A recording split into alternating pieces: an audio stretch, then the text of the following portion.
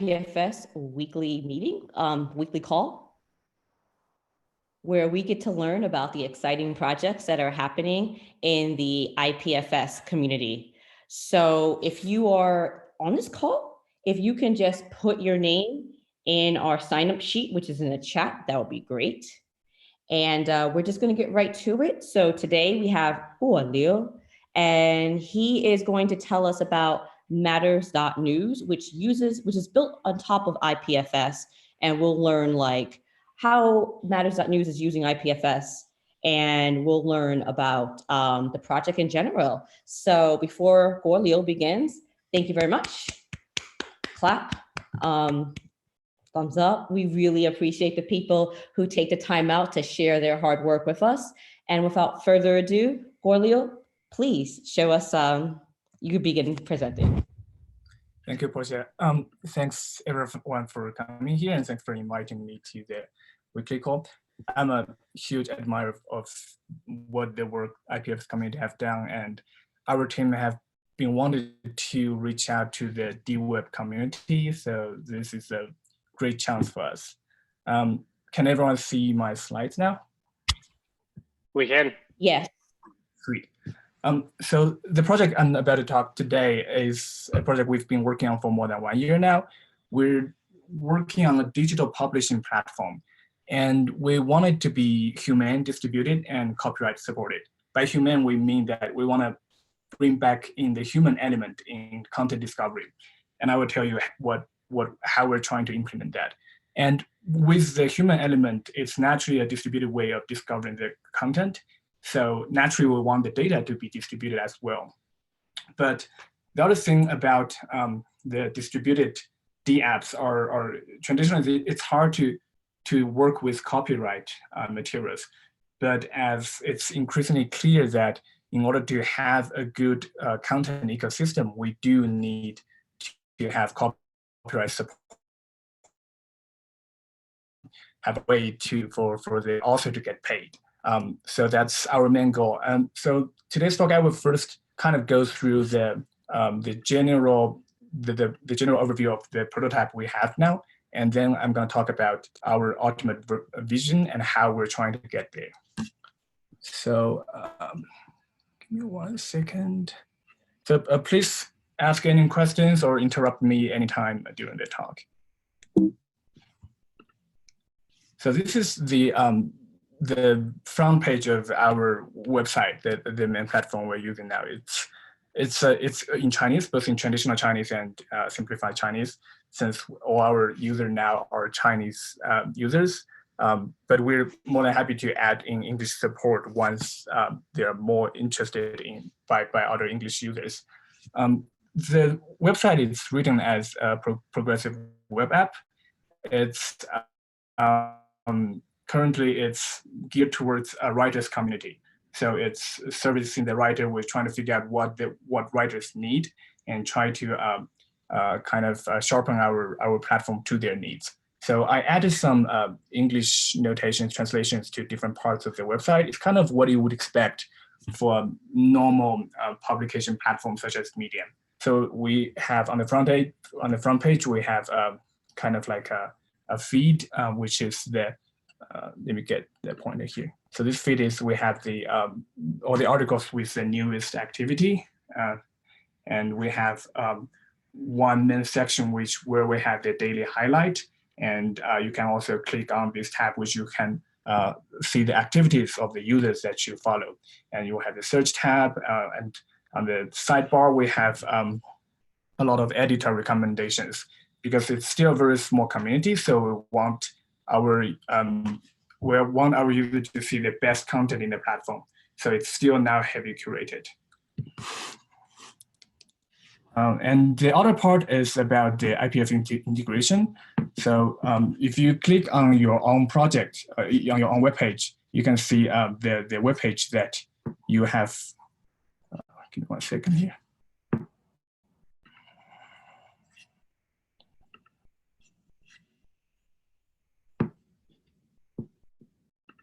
Sorry. So on your own page, you can see the articles you've published, and you can see the IPFS hash that we've added to the IPFS network. And then through the public nodes, you can have a way to see the public gateways and to see your content on IPFS network. And on the right side, you can see the HTML page on IPFS.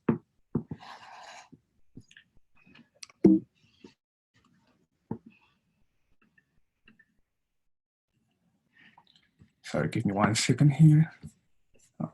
Zoom is not working very well for me.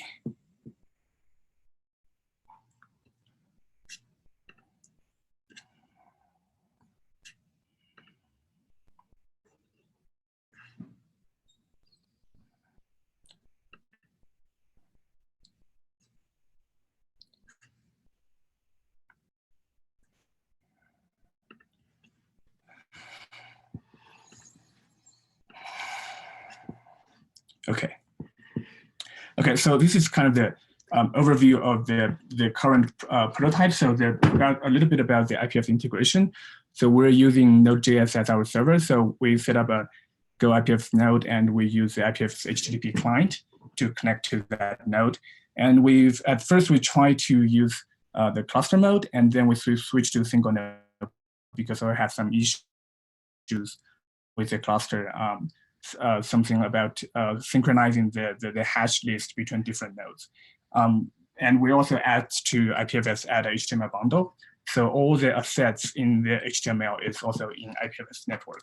We also store our metadata as CID using the schema from schema.org.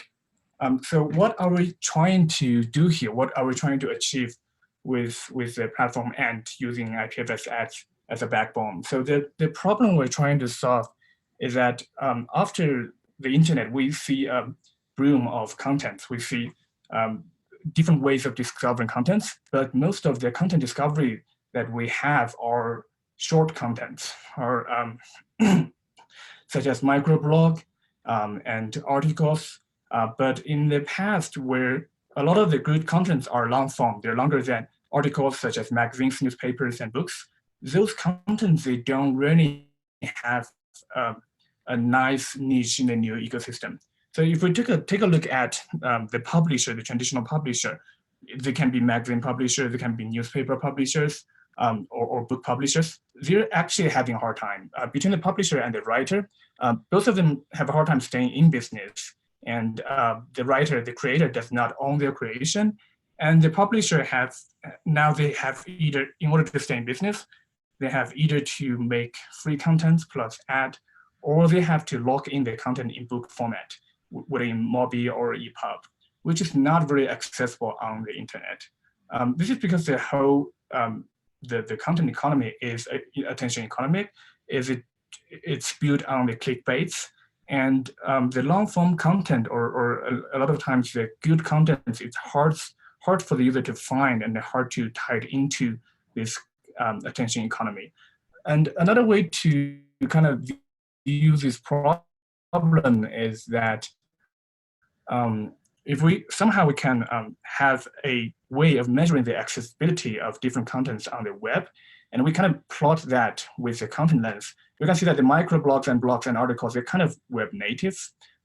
You're very easy to find those things by searching or in Google or in other platforms.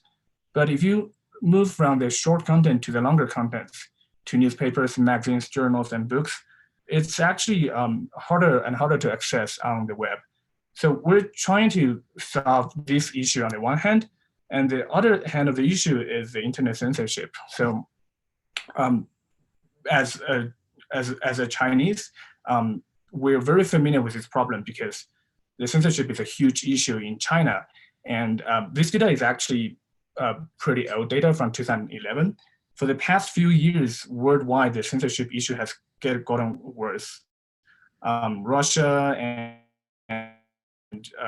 India and Turkey has pretty much catching up with China. So this is now an issue global wide. So what are the solutions we are kind of proposing for these two sides of the same problems? So first, want to talk about how each content market works, the kind of the structure of each content market. So especially for the bigger content, such as magazines and books, you only see a tiny bit of people in the market are writers. Let's say 1%. And most of the readers, they don't discover the content directly from the writer. Not like on Facebook, you can follow your friends, but for books, magazines, most readers don't find the content directly from the writer. They actually find the content through curators. The curators can be a lot of different roles. They can be the publishers, as we just talked about. They can be they can be bookstores. They can be influencers, as nowadays, for example, people might discover a book by Bill Gates' recommendation and things like that. And let's just say that the curator is 10% and the reader is the rest of the 89%. So this kind of like has this triangle structure. And if you think about how each reader discovers the content, it's more like this on the right side. Each reader, they probably have contacts to some bookstores, magazines, influencers, and friends. And each of those people, those curators, they have direct contact to the authors. And this is how the reader can discover the contents. So in order to build a structure that is distributed and at the same time the user can organically find the contents through the curator, we actually have to build a data structure similar to the structure on the right side. This is the human connection graph, but it's also what we want to build in the data structure. So let's take a look at how this structure will look like. This structure is basically the Content DAC or the Merkle forest as what is used in a lot of IPFS talk. So for example, there can be a collection written by a curator, maybe just recommending a bunch of articles and books on certain topics. And this curator, he or she probably curates an article and book and another article. And this article can reference other articles. It can review this book. The other article can reply to another article or reference another journal. These are the natural, the organic DAG, the organic graph of their content. And that's people have discovered content before the internet. And if we can bring it one step further, and we can see that for the case of book and journal, they are themselves graphs or DAGs of contents chained together.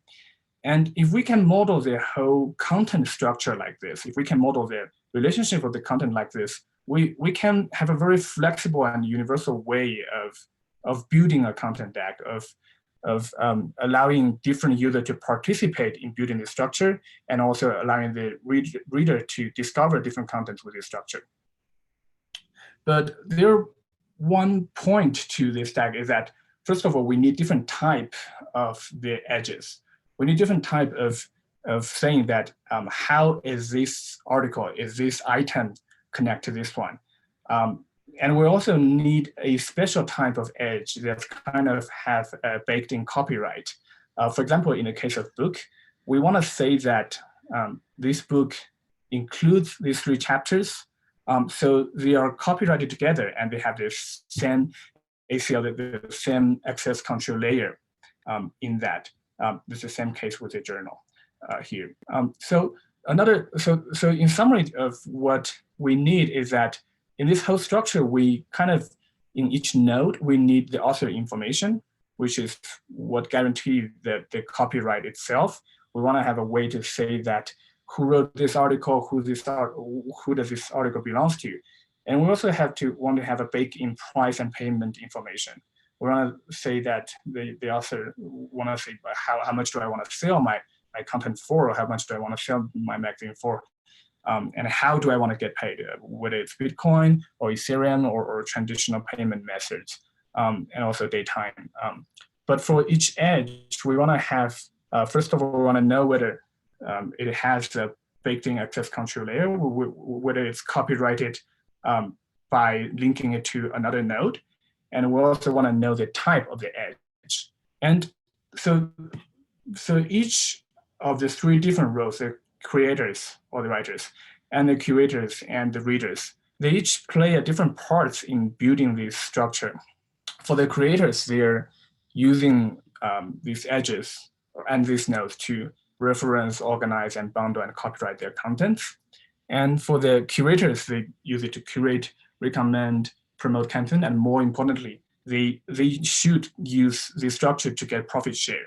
For example, if they recommend and promote a certain content, and when that content gets sold, they should get part of the profit as encouragement of their curation. And so the readers can now follow other readers, mostly curators, and they can also discover content by following this content DAG. So this is kind of the idea of the vision of what the final data structure we want to build. And we're now basically building the UI to allow our user to build this structure. So in this case, on the left side, we're seeing the editors on our matrix.news platform. On the left side, you have a WYSIWYG editor. It's kind of the normal WYSIWYG editor you would expect. And on the right side, you can search for other articles, and you can just add them and connect them to this article you're writing.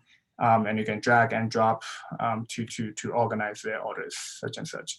And on the right side, we also provide other ways for kind of simplify the way to building the DAG.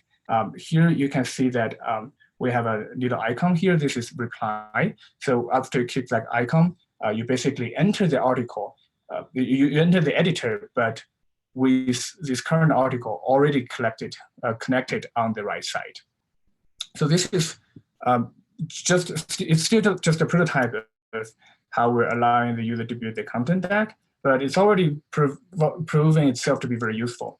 For example, here, this is our user using the content DAG to build a serial of articles. He originally wanted to publish as a book, but then he wanted to kind of publish an article after another article. So the final structure viewed in our platform looked like this.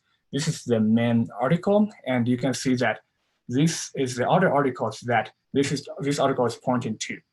So this article on the left is kind of the top of the DAG, and the other ones are on the bottom of the DAG. So this is kind of from a single structure that the user can follow. In the other use case, we can also use this structure to kind of build a content table, which is also the case on the left side. But on the right side is that you're kind of traversing from the bottom of the DAG to the top. So you can see what other articles are also in this structure. So we also mentioned that we also want to use this structure to build books that can be sold in a traditional way. It can be priced. It can be you can view 10% of the whole book as a sample. So this is kind of a UI that we optimized for this use case. So the user still build the content DAG the same way as we mentioned before, but now they can add a price, whatever price they think good for the book, and they can also have the table of content after they build the DAG. So this is a book cover, and you can see that they will have the table of content here, which is all the other chapters that's included in this book. And in each chapter, you can also view the content, the table of content by clicking here and seeing what else are in this book. And in this way, it's kind of like mapped nicely to the traditional book selling methods. And you can also have the 10% of free reading samples here. So, a little more about how do we want to build this DAG? How do we want our user to view the DAG? Currently, we're prototyping on the website because it's much faster and also more flexible, and also faster in terms of the user's experience and also for the developer's experience. And also we can iterate on that very fast to adapt to our users' need. But eventually we want to have both. We want to have website plus app. The website will basically be the bridge to the distributed web, which is IPFS as a backbone. But the app is actually a client of the distributed web, with IPFS node embedded, and ideally with an Ethereum node, because we have to use some kind of smart contract to do the dynamic content and authorization. So on the website side, which is currently most of our efforts are on, it will be first optimized for the readers, and then for the writers, and then curators and publishers. And it will be a kind of like a straightforward, but yet distributed compatible, meaning that we kind of build this whole structure having the distributed network in mind. So it kind of works as a bridge to the DWeb. So we expect, at least in the short term, most of the traffic will be on the website. But on the app side, which we just started to experiment with, it will start with optimizing for a special use case, because we can imagine that we kind of know that it will be slower than the website in the beginning, but it will be proven itself useful in a lot of special use cases, such as use cases that needs anonymity, needs encryption, or censorship resilient. And on the app side, because this schema should be used for a lot of different projects, so it has to be community driven. How we're defining the price, how we're recording the authorship, etc. And also on the app side, it's open to experiments. It does not need to be as production ready as the website. So this is kind of a rough timeline of what we have done up to now and what we're planning to do in the next few months for the community side and the website part. For the website part, we kind of started in 2017 December, kind of the end of that year. We started out with just a normal publishing platform with article, comments, appreciation, which is kind of a token system we developed, which can transfer this token as part of the appreciation, and that will affect the article's rankings. And in the end of last year, we started integrating IPFS. And starting this year, we started developing the idea of collection, and also user can use that to do curations. And up to this point, we have been focusing a lot on building the community, because we're inviting a lot of professional writers, a lot of institute accounts to bring in high quality content.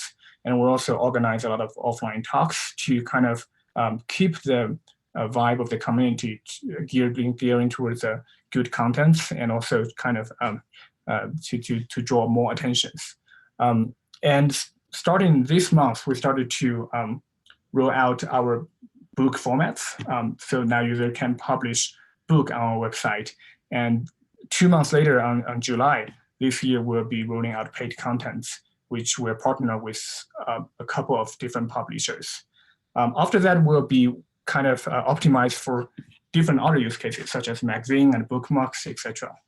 And on the community side, after we're ready to roll out the magazine format and bookmark format, we'll be pushing for curators. We'll be need to have more curators on the website to help our readers to find contents, and then we'll be encouraging users to do self-publications on the website. And for the desktop and app, which is the actually distributed part, we just started experimenting with that, and it's not production ready. We are starting to experiment with IPFS plus Electron.js as a desktop, and then IPFS plus React Native as the app. The first step we want to do is just simply render HTML from hash. And then we would add the free articles from our platform to the app. And also we're working with China Digital Times for non-Chinese speakers. It's kind of a huge internet archive for Chinese website. It's basically the internet archive for Chinese content. But it's heavily censored and blocked by the Chinese government in mainland China. And then after that, we'll be publishing content, allow the user to publish content from desktop, allow the user to follow other users, and resolve free content DAGs. After that, we're also planning to integrate with Tor on our client side, which will be a collaboration with the Berkeley Content Power Lab, which has done a lot of work on censorships. And after that, we'll integrating the payments with cryptocurrency and the ability to resolve paid content to our client.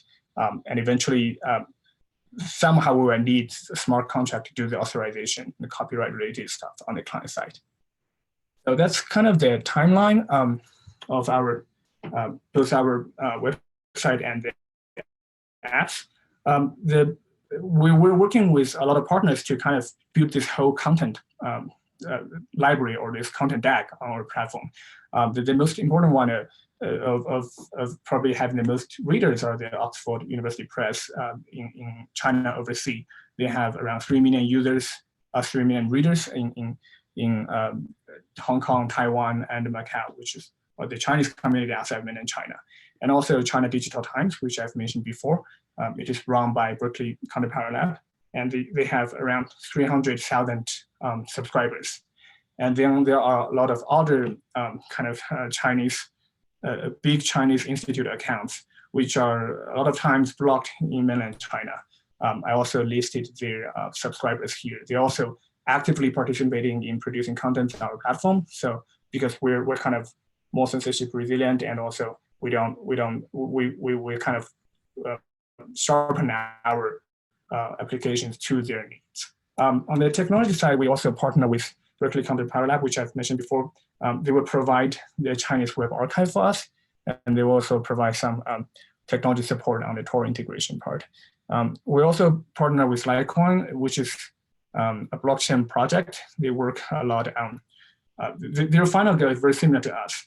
So we'll work together on how to integrate blockchain and how to integrate smart contracts into that. So that's kind of an overview of the project.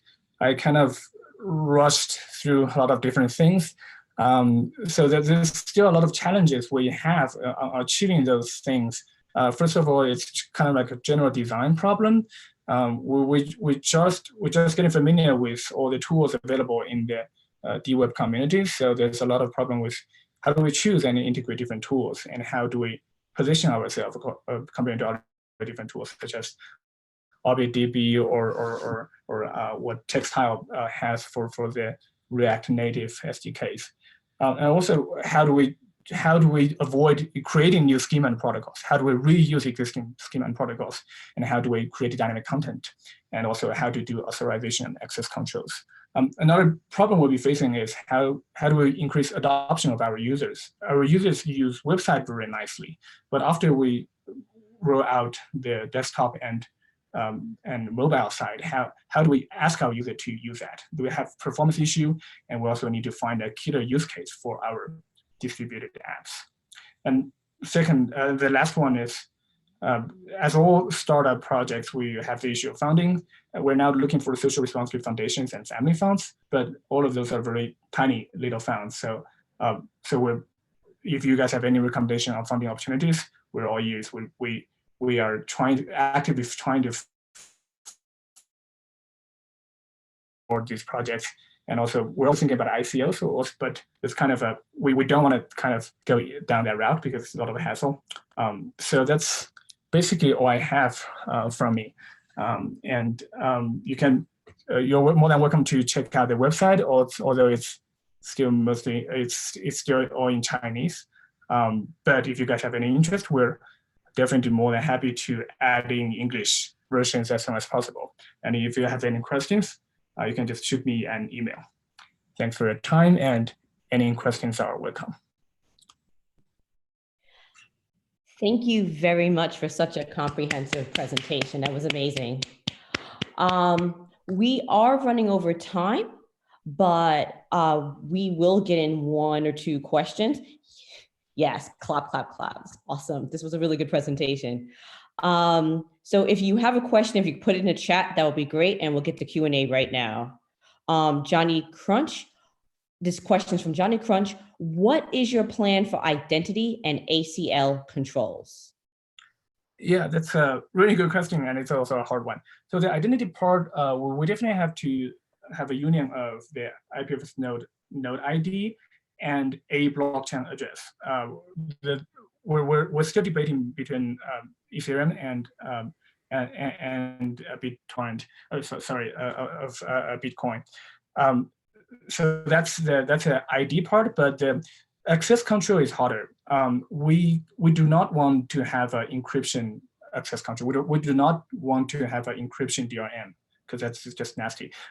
So the first version is just a schema that's saying what's the price and what's the payment method, and leave the access control to the application, which is not a very strong application access control, but it's kind of a workable version in our idea. Does that answer your question? Yeah, cool, thanks. Awesome. And let's go to the last question from David. What do you have the data structure? Do you have the data structure exploration ready for review? Are the code and docs open source? That's a so I'll get to the last question. So the source code of the platform itself is not open source yet, because we're just still adding tests to that, and because another reason that we're not accepting any PRs now, because we're designing the application with a designing team. It's still not a community driven. But the other side, the experimental side, the desktop and the apps we're building, they're all open source. Start. We are rolling out the API schema, which is only one side of the schema. The other side of the schema is the IPFS schema, which we're storing in the IPFS network. It's open source, but it's not well documented, and we are working it to be better documented and then be peer reviewed by the community. Thank you very much. And this is a comment, and I'll read it. This works great as a desktop PWA, progressive web app on Chrome on Mac. That's one of many use cases of Matter.News. Thank you. Guolio, thank you very much for your wonderful presentation. And if you can send me the slides, I can put them in the notes, and we will definitely be in contact. Thank you very much. And thank you everyone for joining the IPFS weekly call, and I will see you next week. Thank you. Bye. Bye, everyone. Thanks, everyone.